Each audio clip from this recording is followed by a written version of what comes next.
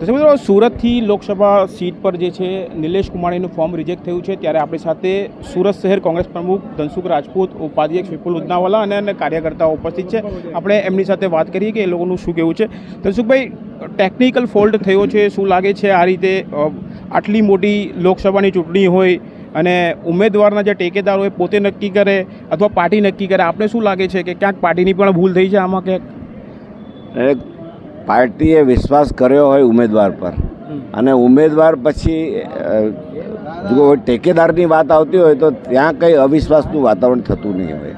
જ્યારે પાર્ટી લોકસભા જેવી ઉમેદવાર પસંદ કરતી હોય તો વિશ્વાસ જ હોય તો જ કરતી હોય. એટલે પાર્ટીનો કેન્ડિડેટ છે. જે માણસ કોંગ્રેસમાં 2 વખત કોર્પોરેટર લડી શક્યા, અત્યારે વિધાનસભા લડ્યા, એમાં બીજા કોઈ ઇસ્યુ છે નહીં.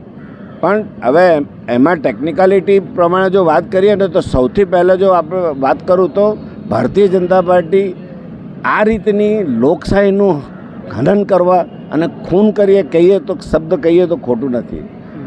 એમને આ જે ઇસ્યુઝ ઊભા કર્યા છે, એ જે મુદ્દો છે એ કશે ને કશે આ જે અત્યારના જે પોલીસ અહીંયા ચૂંટણી કમિશનર છે એને અધિકારમાં આવતો નથી.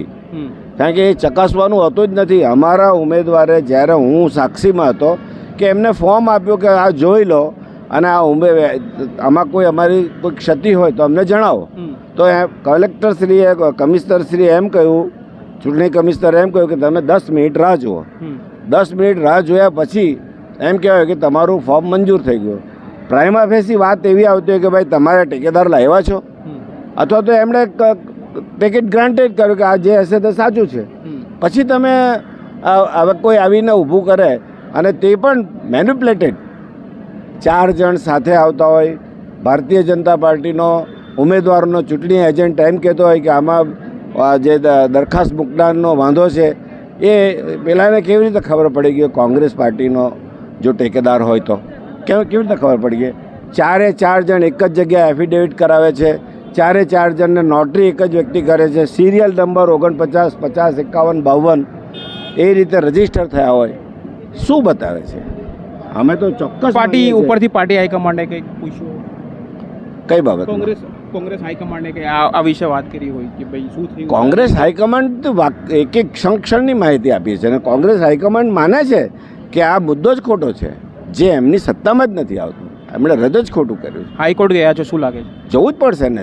જ્યાં સુધી લડાઈ થશે, જ્યાં સુધી ન્યાયતંત્રમાં જ્યાં સુધી અધિકાર છે ત્યાં સુધી જઈશું, લડીશું. આપણી સાથે અન્ય લોકો પણ છે.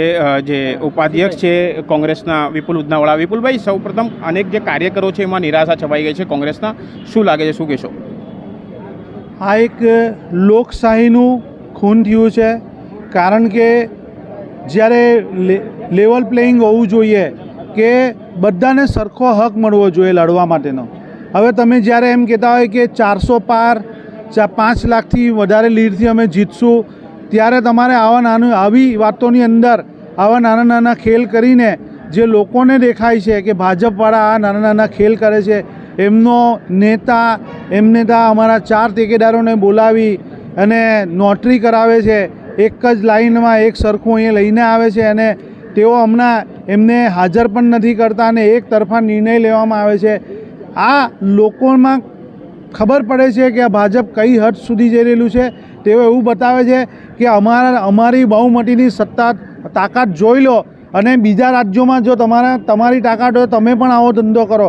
એટલે કે લોકશાહી નથી રહેતી. લોકોને પોતાનો મતનો અધિકારથી વંચિત રાખવા માટેના એક આ શરૂઆત કરવામાં આવી રહી છે. હું અહીંથી લોકોને કહું છું કે લોકશાહી બચાવો અને આવી તાનાશાહ જે બહુમતીવાળી સરકાર જે લોકો સાથે પોતાનો મત અધિકાર, જે પોતાની વિચારનો મત આપવા માંગતા હોય એ વિચાર જ ખતમ કરી દેવાની કોશિશ કરી રહ્યા છે, ત્યારે આપ સૌ આંદોલન કરી અને એમના વિરોધમાં મત આપવા હું આપ સૌને અપીલ કરું છું. આપણી અત્યારે અસદભાઈ કલ્યાણી છે કોંગ્રેસના નેતા. અસદભાઈ, શું કહેશો, કઈ રીતે જોજો સમગ્ર ઘટનાક્રમ? શું લાગે છે, આ અંદેશો હતો કે આવું થશે? પાર્ટી લેવલ પર ઉમેદવારો આ વખતે હું માનું છું કે સુરત 24 લોકસભાની વાત કરું તો એડવાન્સ કામ થયું અને એડવાન્સમાં 15 દિવસ પહેલાં ઉમેદવારો નક્કી થઈ ગયા હતા. પરંતુ આમાં જે રીતે ઘટના ઘટી છે એમાં કંઈક વાતો 8-10 દિવસ પહેલાં પણ હતી કે ઉમેદવારમાં આવું, ને આ પહેલાં મને લાગે છે કે એક સ્ટેટમેન્ટ ગુજરાત પ્રદેશ ભારતીય જનતા પાર્ટીના પ્રમુખનું બી હતું કે 2-1 લોકોને તો અમે પાછા ખેંચાવડાવી લઈશું, એવી બધી વાતો હતી જે કોઈ દિવસ પ્રદેશ પ્રમુખ લેવલના માણસને છાજે નહીં, પણ એવી વાત હતી. અને આ બનાવ બન્યો છે. હું એમ માનું છું કે એટલે આ તો અસદભાઈ એવું થઈ ગયું, આ કઈને ડાઉન લેવાઈ ગયું, એવું પહેલાંથી જ અંદેશો હતો ને એવું થઈ ગયું. ના, પ્રી પ્લાનિંગ જ થયું છે. અને એમાં એવું છે કે ભારતીય જનતા પાર્ટીનું કામ આ જે થયું છે એમાં 100% ખરીદ ફરોખ કરવાનું છે, પણ વેચાયા બી છે અમારા બી માણસો, એમાં સ્પષ્ટ દેખાય છે. આ તો અત્યારે અહીંયા પ્રમુખશ્રી છે અને પ્રદેશની ડિસિપ્લિન નડતી હોય એટલે નહીં બોલતા હોય, પણ ઉમેદવાર એમાં 100% નિલેશ કુંભાણી વેચાઈ ગયા છે આપને એવું લાગે છે? પાર્ટીએ પણ ભારતીય જનતા પાર્ટીએ ખરીદ્યા છે. ભારતીય જનતા પાર્ટીએ દમ બી માર્યો છે, ધાક ધમકી બી આપી હશે, અને ઉમેદવારે જ કીધું છે કે એના જે ઠેકેદારો છે એનું કિડનેપ થયું છે. બરોબર, કેટલામાં વેચાઈ ગયા આપકો? જો વેચાઈ ગયા એ કેટલામાં થયા પણ ઉમેદવારને પૂછજો તમે કેટલામાં વેચાયા છે પોતે, બરોબર ને? એના ઠેકેદારોને ઉમેદવાર કહેશે એના સાળો જ છે ને એના બનેવી જ છે ને એના ભાઈ જ છે, એ જ કહેશે, ઉમેદવાર જ કહેશે કે કેટલામાં વેચાયા છે. એ છોડી દો એના વાત, પણ એ સ્પષ્ટ છે કે એના સગા શાળા હોય અને એના પાર્ટનર હોય, અને એ જ જો આ ઠેકેદાર તરીકે અહીંયા આવીને કહેતા હોય કે અમે નથી કરી સહી, તમે કરી છે, તમે આવ્યા છે, એનું વિડીયો રેકોર્ડિંગ એના જ્યારે સહી કરાવી હશે તો એને બહુ મોટા માણસ છે ફેક્ટરીને, તો તેમાં વિડીયો રેકોર્ડિંગ હશે જ, પણ એમાં કંઈક તો ધુઓ નીકળ્યો છે, એટલે આગ લાગી છે તો જ ધુઓ નીકળ્યો હોય. તો વિદ્યાર્થી કાળથી જે નેતાઓ કોંગ્રેસ સાથે ચાલતા હતા, પોતાનું જીવન કોંગ્રેસને આપી દીધું, તેઓમાં નારાજગી છે. તેઓ ખુલ્લા આક્ષેપ કરી રહ્યા છે કે ઉમેદવાર બી વેચાયો છે. તેઓ પાર્ટી ગાઈડલાઇનના કારણે હાલ કંઈ બોલવા તૈયાર નથી.